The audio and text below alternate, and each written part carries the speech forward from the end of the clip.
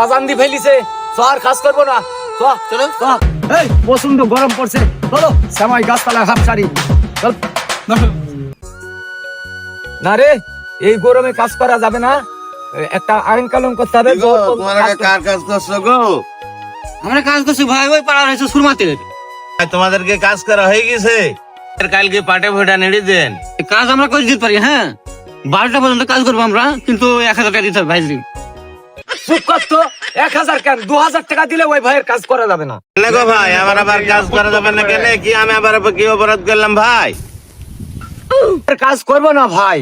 এই শুকনো রুটি তোমার বউ, এই ঝাল বাইটি, এই শুকনো রুটি যাই খাই কি বেলা 12টা পর্যন্ত কাজ করা যায়?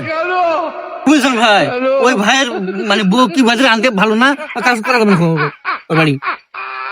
ও ভাই, আমার বউ তোমার সাথে রুটির সাথে ডিম ভাজি দেয়, তা তোমাদের খাই হয় না?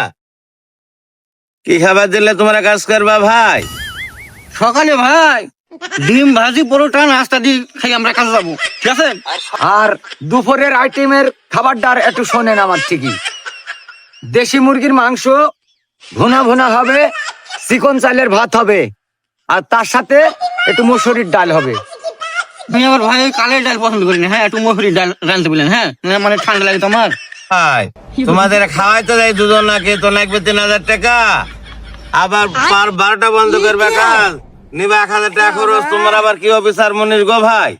এখনকার সিস্টেমটাই হয়েছে এরকম, 1000 টাকা হাজরি, তোমার মনে চাইলে নাও, না মনে চাইলে না নাও, নাহলে তুমি পথ মাপো, কাজের অভাব নাই।